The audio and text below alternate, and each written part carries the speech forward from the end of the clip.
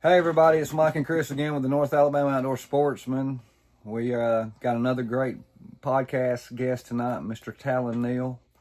He's the creator of the Art of the Hunt podcast. Great young man, always learning, trying to get better, and so we're going to interview him and get his take on certain things, his strategies, his tactics, and what he looks for when he hits the woods. Yeah, we interviewed him about a year ago, but the recording got lost. So we're excited to get him back on tonight. All right, so we appreciate you watching our Hunters Lounge series. So just hang in there as we bring on Talon. Hey, Talon, you with us? Yep. How you doing? Pretty good. Good to talk to you again. Thanks for coming on and sitting with us at the Hunters Lounge and discussing a little hunting. I'm looking forward to the season starting. All right, what about you? Yeah, I am. I appreciate y'all having me on. But yeah, it's getting closer and closer every day, and I'm looking forward to it. Yeah, this little bit of cooler weather's just been making me get fired up. We was out doing scouting yesterday and shooting crossbows and everything else, so it can't get here quick enough for us. Yeah, I wish I would have held out on some of my scouting for this cooler weather, but, it is what it is. Well, the mosquitoes needed the donations and stuff, so. Yeah, they did. All right, well, we appreciate you being here. How about telling our viewers a little bit about you and so forth and how you got started in hunting? Yeah, I'm 24, and I live in North Alabama, mostly hunt Black Warrior Management area. And, I got started, I'd say at a young age, just always watching my papa watch hunt shows or talk about hunting, and always run around, shooting birds and stuff with a BB gun and everything. And I'd say probably when I got 12 is when I started hunting. We had a little hunt club we went to and out in Colbert County and hunted it a lot. And I started public land when I was 17, 18, and been doing it pretty much ever since then. And I also have a podcast called Art of the Hunt, and that's played a big factor in everything. Yeah, we gave you a little shout out on your podcast in our opening, so maybe it'll bring you in some more viewers and so forth. So your grandpa got you started in hunting, is that correct? Yeah. Okay. And so you were mainly small game, or did you at a young age how old was you when you started actually deer hunting? I'd say, I think I went when my papa out to Black Warrior when I was 9. One time, and then I didn't do it again until me, my dad, and my uncle, my cousin started going to a hunt club probably around 12. And did that for a good bit. We got out of the club, and then it kind of stayed out of deer hunting, I still hunted with some buddies here and there, but nothing like I did once I got 18 and started going to public land. So public land hunting is your preference, correct? Yes, it is. Okay. Do you do any private land hunting? I will here and there. I'll probably do a little bit more this year, just because I feel like it'll help me kind of learn things a little faster, with higher deer numbers and stuff. But, usually public's kind of my bread and butter. It's what I enjoy more. All right, well, let me ask you a question. Would you agree with my opinion on this? You've got to constantly be better at your woodsmanship to make you a better hunter. Would you agree to that? Yeah, I do. I think, listening to podcasts and stuff can help you as far as, if you're walking in the woods and this hunter talked about this and you picked up on it, it can help. But, there is no replacement for woodsmanship. I got you. So you starting out younger, a lot of things have changed since then. Speak on some of those, good or bad. Technology, it's a kind of a double-edged sword, I'm sure older hunters that were hunting before me, had spots that nobody went to, and then match and stuff got out, and now those spots are getting hunted. But for me, I'm younger. I don't mind walking where most people won't go, so it helps me out. And, instead of having to walk every everything. I can look at a map and pretty much kind of know where I need to walk and what probably doesn't need attention. And I'm sure I missed out on some deer by doing that, but it's trying to make things more efficient for me. That was one thing I was going to ask you. As far as, like, for anybody new to hunting or hunting a new piece of ground, say it's a piece of new private, how would you go about looking at the map as far as e-scouting and then actually going in there and putting on boots on the ground? What would you kind of be looking for, say early season, to set up for this upcoming season with a bunch of acorns and kind of go about hunting it all? Well, I mean, this past weekend was a great example. You know, my buddy had some private land in Tennessee that he wanted me to come hunt with him this year and help him scout. Okay. And so it was good having some kind of base knowledge of the area, you know, what he's seen and, you know, where he's killed things at. Yeah. But, and I kind of just put an X on those, you know. It's like he's had some success here, but he's not killing the deer he's wanting to kill, you know. So I just kind of put an X on those and started looking elsewhere, you know, and following. I always like to try to follow that top third, you know. Mm-hmm. And with it being private, you know, I know where most of the access is, where the hunt pressure's at, and just scouting everywhere away from that, you know. Okay. So kind of using the known access and what he's picked up on to look a little further and where the less pressure would be, say. Yeah, you know, and since it's private land, I know where they hunt, you know. It's like, okay, if I was a big buck, where can I go and not be bothered? Oh, there's a big CRP thicket that they don't hunt around. Oh, let's go check the edge of that, you know. Yeah. And we end up jumping what I assume was a really good buck by the sign. Okay, so he was bedded in the CRP, huh? Yeah, right on the edge of it, on the ridge, probably 80 yards from the main road. You want to send me those coordinates real quick? I was trying to get them this year. Yeah, I hope you do. Is anything going to change from, like, say, your season last year, the tactics as far as, you know, as a drought and not many acorns? This year, it's a bumper crop. Yeah, it will. I know some spots that I found 2023 season that were really good. And then come last season, we didn't have many acorns they didn't have any sign in them. So I probably will bounce back to those areas this year because I assume that they're going to be hot. But also, with my new job, I only have the weekends off. So that's also going to change the way I hunt a good bit, too. Okay. Do you, when you're planning out your hunts and everything, do you take in consideration the moon phase or anything like that? I don't. Not personally. I'm positive there's something to it. But I've always just kind of looked at it as that buck's out there. Doesn't really matter if the weather's doing these out there. You know, I will try to schedule hunts if I can around some fronts and stuff. But at the end of the day, I'm still going to be out there trying to hunt them. I got you. Well, for someone that's new to hunting or just getting started, I guess is a better way to put it, would you care to share what your preparation is before you hit the woods? What do you do? What do you pack? How do you prep, you know, to go into to hunt a specific piece of property or what have you? Yeah, it's going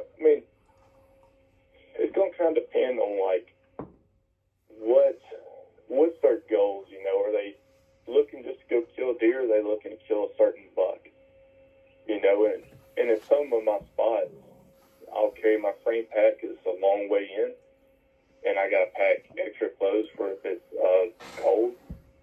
And in some of my spots, they're off the road, and I just grab a stand or I grab a little chair and my bow and I go hunt them.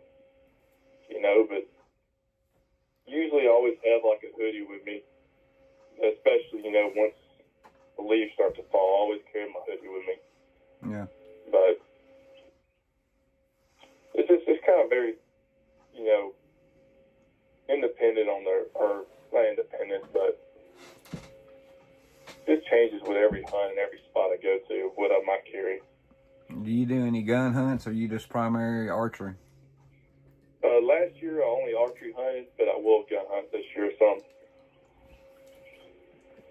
Okay. Is anything going to change since you're on hunting on limited time this year? Yeah, it's gonna pretty much change the way I hunt. Still hunt the same areas, but I'm gonna have to be a lot more aggressive to make up for the lack of time, I feel like. And not that I was never really scared to like bump a buck out or anything, but I was hunting more cautiously because I had more time, you know. Mm-hmm. And this year I won't have that, so I'm gonna be a lot more aggressive in my setups and stuff. Are you going to get closer to bedding and the food sources, or how are you going to go about all that? Yeah, in areas where I have a good idea where they're bedding at, I will be pushing in to those, and in other spots where I thought, you know, last year with more time, I didn't think I could pull off, you know, due to wind or this and that. I'm pushing those anyway and give it a try, you know. Yeah. Do you do what? Or let me say this: what do you do different, or if you do anything different from pre-rut to post-rut, or pre-rut, rut, post-rut? How do you hunt differently? I'd say in pre-rut, I'm really trying to set on some type of funnel. You know, where it's catching a cruising buck or a place where does are filtering that. You know, and just trying to catch wherever a buck may be trying to scent those areas, or a buck's I'm going to catch them cruising at. Post-rut, there's always that, you know, kind of like last rut that comes in. Yep. I'll focus on that in a couple areas that I know about the time frames that happens. Right. And then I'm kind of just switching to late season. Okay. Kind of more hunting toward the food that's left and everything? Yeah, usually. Well, let's backtrack a little bit. Since you started deer hunting or hunting in general, is there any particular hunt, whether it be the kill or who you were with, that's probably one of your most memorable? Yeah. It was probably my big buck I shot 2 seasons ago. That's like when I started public land, you know, scouting, not having a clue of what I was doing, you know. Mm-hmm. And eventually started figuring things out and finally got one, you know, and that just solidified to me that I was on the right track, you know. Because I've shot younger bucks, you know, just throughout the years, but I've always been trying to hunt a mature buck. And that deer just it taught me a lot, you know, just about what I was thinking about the area, how we using it.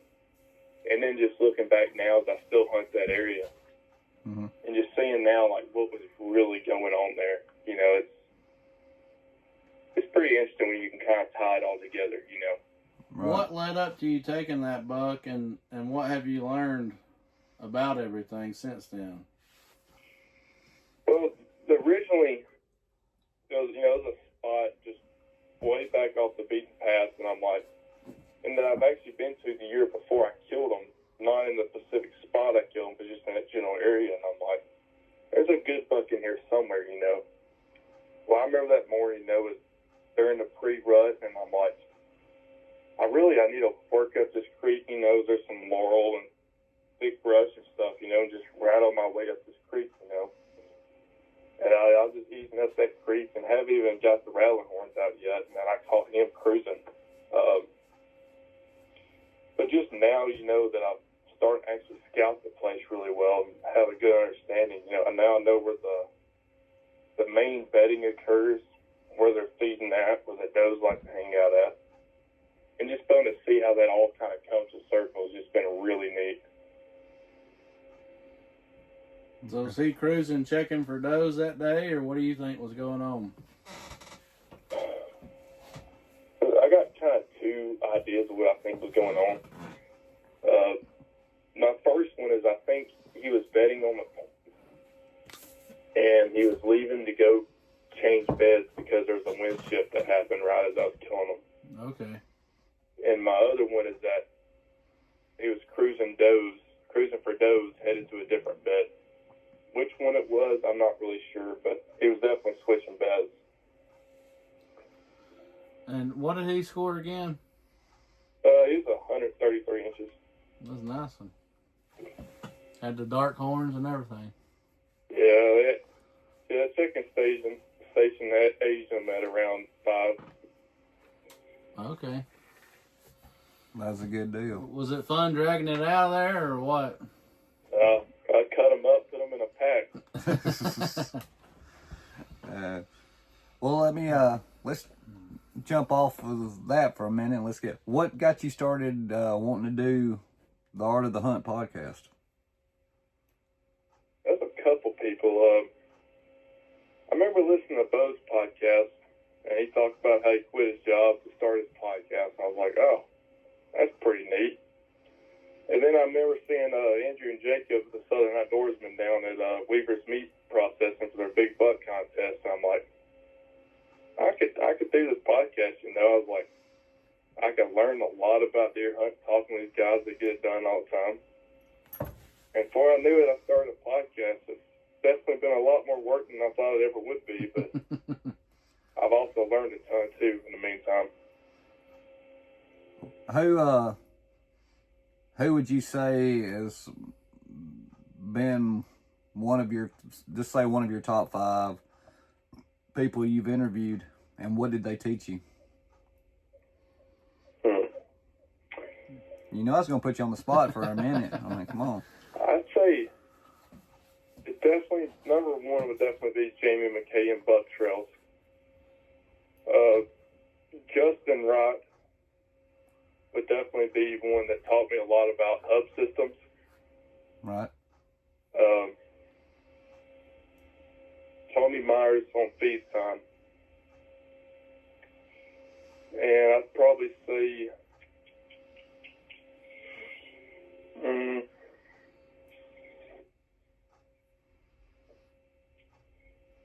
I'd probably have to go with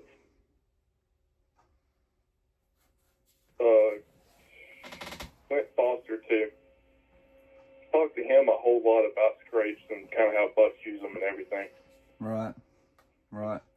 Yeah, we actually we got Jamie McKay lined up for a future one for us, so he's very knowledgeable, been very successful. So still working on Tony. So Tony, if you're listening, we need you. Yeah, Tony's got a lot going on, so yeah, we're working on that. So, well, I got a quick question. You said Clint Foster on the scrapes, and I was going to ask you that. I thought I've listened to every one of yours, but I don't believe I've heard that one. Kind of tell the folks how you go about scrapes and what he talked about and what you learned, and we'll learn something. Yeah. So I've never really I wouldn't say paid attention to scrapes, but haven't really, I just started running cameras last year, so I never really ran cameras on scrapes, and I never really have hunted scrapes. I just kind of, okay, there's a good scrape, that's good, and kind of usually just went about my day. But talking to him, and seeing how much inventory you can pull off scrapes, and there's not like a lot of different scrapes, but you have the scrapes that bucks just lay down in pre-rut, and to me, they're kind of useless. And then you have those scrapes, that's there year after year. And those are the ones I really key in on as far as like putting cameras on now, or trying to hunt. I don't really try to hunt on them, but you could, definitely in early season. But just trying to link that up with other sign I can find. And another thing I've learned talking to him, is a lot of those big bucks will come down wind first. So if you're actually hunting on the scrape, you know, you're not going to see that deer. Which, I mean, it's kind of already known, but it just kind of, you know, just ring bells in my mind, you know, based off what I've seen before. Yeah. And is it kind of similar, like, say, on a feed tree, they're going to come downwind and a food plot and stuff like that? Yeah, it is. You know, sometimes they do it, sometimes they don't. But yeah, I think when you have a bigger buck, you know, and he knows you're in that area, he's going to do that. And, you know, maybe he's just sitting it, you know, just see if there's anything up there he needs to go up there for, you know? Yeah. Yep. All right. Well, I mean, I ask everybody, so I might as well throw it out there. Are you a Little Debbie oatmeal pie kind of guy or a Christmas tree cake? Honestly, none of them. Uh-oh. You like beef jerky? Nope, I rarely carry food out there when I go hunting. If anything, I'll carry a Cliff Bar. That's right. Yeah. Oh, well, you And brought... what was that Cliff Bar? I always hear about it. Oh, yeah, they're good. Was it like a little protein bar or something? Yeah. I used to eat them a lot when I was running, and those were awesome. So I just naturally gravitated to them. Speaking of running, are you going to do that marathon? Ain't no chance. Well, it's cooled off some. It won't be that hot, you know. No, my running days are over with. Hey, you know, it's just like I tell the people, for the guys that work for me, if you do a day's worth of plumbing, the last thing you want to do is go work out or run or anything at the end of the day if you've worked hard enough. I know. I'm finding it harder and harder to actually go to the gym. Yeah, well, hey, just look at this way. It only gets worse as you get older, and you're real young, so it's definitely a workout. I tell you, the last thing on my mind is going to the gym at the end of the day after an 8-hour day doing what we do. Well, I think hunting and everything keeps you in shape too. Yeah, all them climbing them hills and all that stuff. Yeah. Yeah, I mean, usually when I go scouting, usually it averages out right around 6 or 7 miles, you know. And after doing a weekend of that, it's tough, you know. Right. How do you go about, like, say, reading sign? You talked about scrapes, but like rubs. Say you found a big community scrape and the rubs are headed this way, or do you look for ones going both ways, or do you take those into consideration for a spot to hunt around, or is that just kind of leading to the next spot? When I can find that, I do. It's not very often I find a lot of rub lines. It seems like usually the areas I'm at, that bug just doesn't really have any competition. And we haven't really had any good test crops, you know, in years past. So it hasn't been the best for, you know, good sign to get laid down. But, yeah, if I can find it, it definitely makes me feel really good, you know, whether it's one way or both ways. But the main thing I'm kind of want to look for is, like, what time frame is he in this area, you know, and what is he doing? You know, is it coming from bedding, or is this like a rut loop, you know? Because I've seen him mark rut loops, and I've seen it be going, you know, to and from bedding. Yeah. As far as the bow hunting, do you try to get set up like in a little pinch point, a good shot window, or how do you go about that? Usually I look for trails and edges. I like to find good, where you can find them, you know, it's usually kind of hard to find, but I like finding good trails coming out of the bedding area, if I can find them. And whenever I have a good edge that's close to bedding, and if we have oaks that's close to that, that also really gets me excited. Okay. But usually with a bow, you know, I'm just trying to push into wherever I think that deer's hanging out for the day, or where I think he's going to come through that day.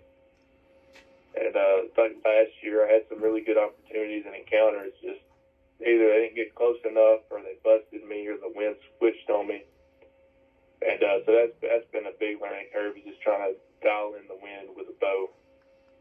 in this upcoming season on limited time, are you going to use the bow as much, or are you going to be going to the gun some too?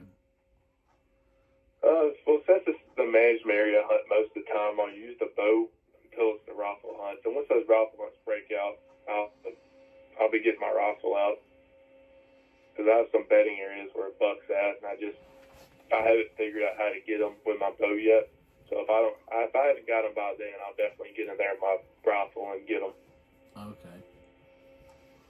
You got any plans for any out-of-state hunts this season? Not really. I mean, I plan on going to Tennessee to my buddy's private hunt some. Right. But next season, I plan on going to North Dakota. That's the plan so far. Lord, son, you'll get cold up there. I plan on going in early season, but so hopefully not. I got you.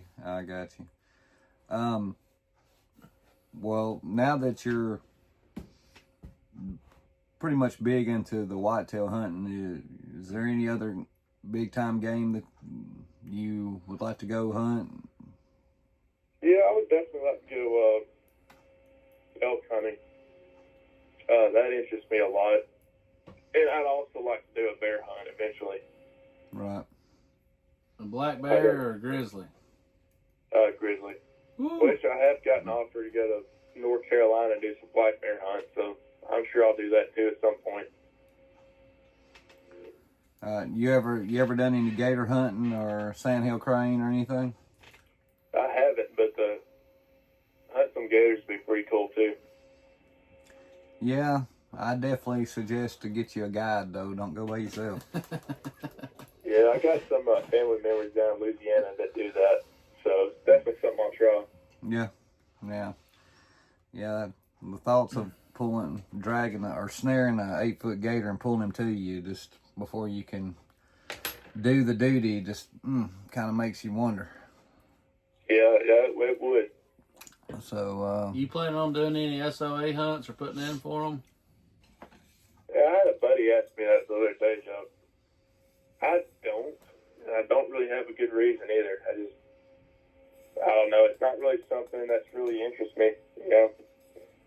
Yeah, I just put in for some just to try to get drawn, and I didn't get drawn. And put in for the alligator, didn't get drawn. Mike did. And he got drawn for the sandhill crane the same year. yeah, probably never happen again in my lifetime, but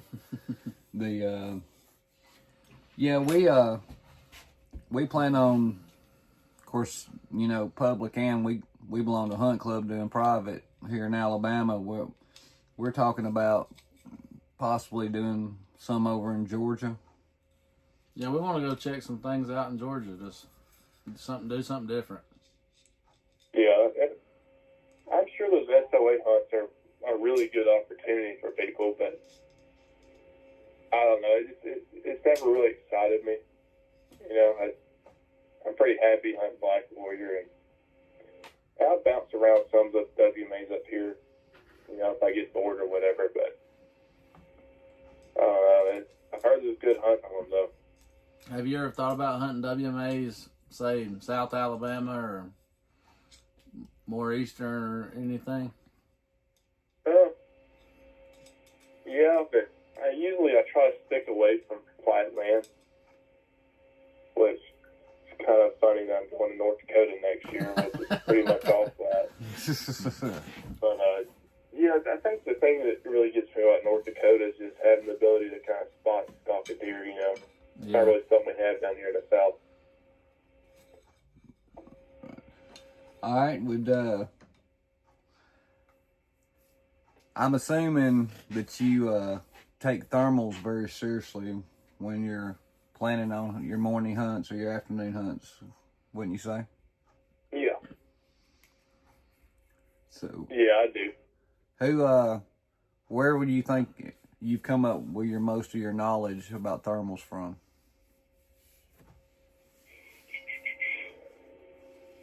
I wouldn't say it's necessarily one person, just because all the guys that I interview, you know, they all have a different way they use them to their advantage. You know, it's just kind of, to make podcasts are just kind of like a puzzle. take the pieces you find that will work for you and put it in there. You can't really use all they use because everybody's melee hunt's different or they're a different type of hunter. Yeah. So I just like taking little puzzle pieces and just putting them all in my toolbox that I could use. Yeah, well, one of our big things is we always say there's no, in our opinion, there's no just one set way. I mean, that's what makes it fun. We interviewed one the other day, and if you heard their outlook on the wind and thermals, they're successful doing it their way, and it goes against everything that I personally would do in the woods, but they're successful doing it. So it's coming out Monday, right? Yeah, it actually comes out tomorrow, so be sure to check them out. And like my big example in that is like look at John Eberhart and Dan Infalt. They're completely opposite in the way they hunt, but one thing they do have is they're both really good woodsmen. Yes. Well, I believe you got to be good at your woodsmanship to really be successful. I mean, anybody may be lucky, and I don't care how great you are, though. Luck and the good Lord plays into a harvest kill. I mean, that's just all there is to it. You can have everything going in your favor and still not get that specific kill or that specific buck or be successful that day. I mean, their luck plays into a lot of it, in my opinion. Yeah, it does. I mean, if you just look at the bucks you killed, or like me and Stuart Keenan were actually just talking about this on a podcast a while ago. It's like, your scouting woodsmanship puts you in the right areas. And, of course, there's different levels of hunters that are way better than others, but the time you put into it is going to make you have more luck, Right. And it's just a balance there. If you don't have a lot of time, you got to be more aggressive and do different things than you would do if you had more time. It's the right place at the right time, and the more time you got, and the better woodsmanship you got, it'll come together. Yeah, I mean, and you listen to like some trad bow hunters, and you can just tell their woodsmanship's off the charts, So they're not trying to get 40 yards and in; they're trying to get 15 and in, Yeah. Oh yeah, yeah. We've seen that. We've talked to a couple of them and so forth. So someone more trying to beep in on us, but anyway, we'll just have to let that one roll. So, do you how do you feel about some big name hunters and so forth, and how they push the certain hunting products and stuff, which we call top of the line? How do you feel, or what would you say to a young hunter about that? Our philosophy is, if you can afford top tier stuff, that's awesome. But you can be successful and not have to spend that kind of money, because a lot of people don't have that kind of money. What's your take on that? Yeah, and I mean, everybody's a little different, I try to buy the best stuff that I can buy so that my gear is not the problem. If my season goes bad, it isn't because my bow don't Right. It's because of me. Right. But that being said, if I was on the big budget, the only thing that I would spend good money on is a good pair of boots and good clothes. And if you hunt out of a tree, a good setup. Right. I mean, there's guys that kill the crap out of them on the ground with a long bow and a flannel, and you don't have to have gear. It's not a necessity. I mean, I would push more them to spend more time and money scouting than I would on gear. But my best purchase has been a good pair of mountain boots. Yeah.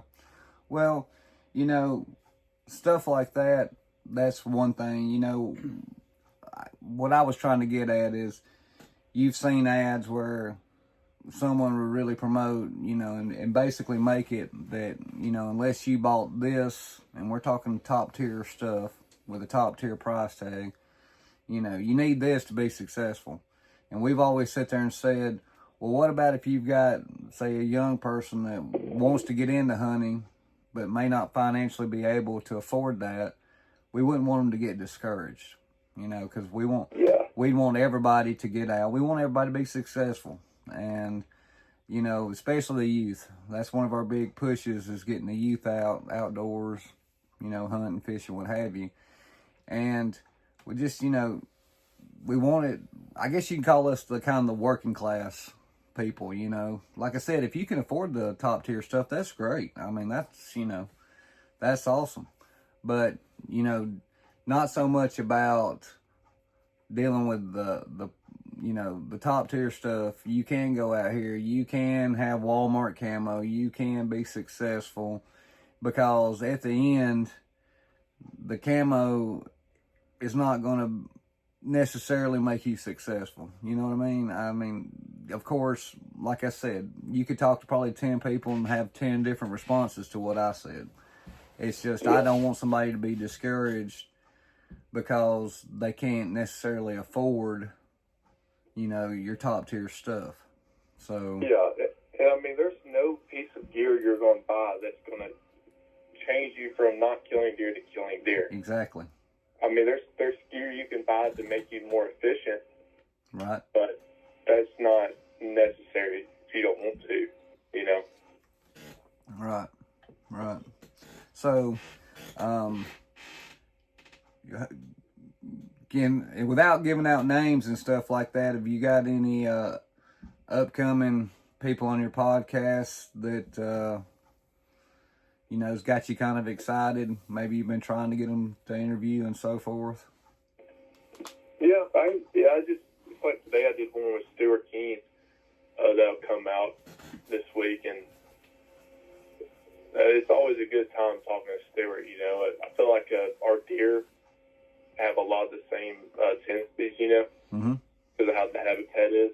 Right. And the one I did last week with Justin Wright, you know, he's limited to maybe a day or two a week to hunt.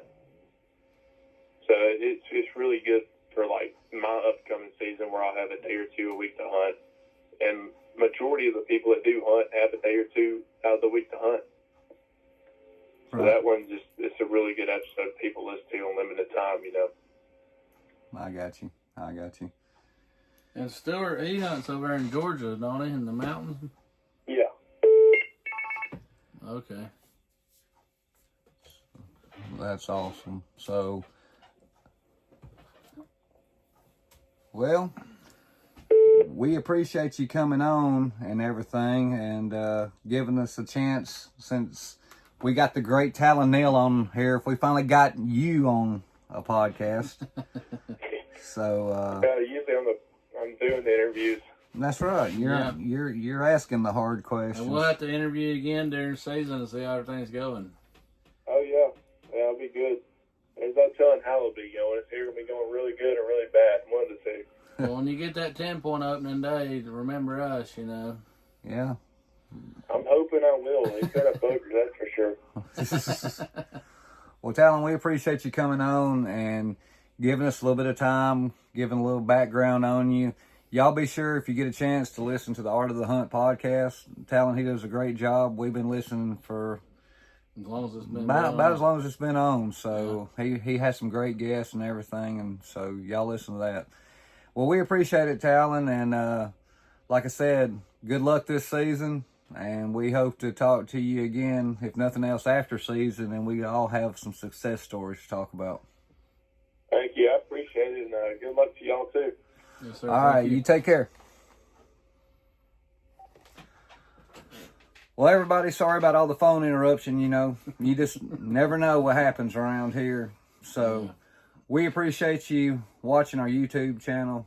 If you like what you saw and you're not a subscriber, how about subscribing to the channel, hitting that notification bell. Hit the ring bell. Ring the bell. Sing, ring, ring. Follow, subscribe, share, like. Leave us a comment. If you got any questions or anything that you'd like to ask us, feel free to leave one, and because we look at everything, we're all over. The next few guests, all of the questions that y'all ask will be catered to them, and we'll get them answered. Yeah, and we got some great ones coming. I mean, we've had a bunch of good ones, but we got some really good deer slayers that's coming.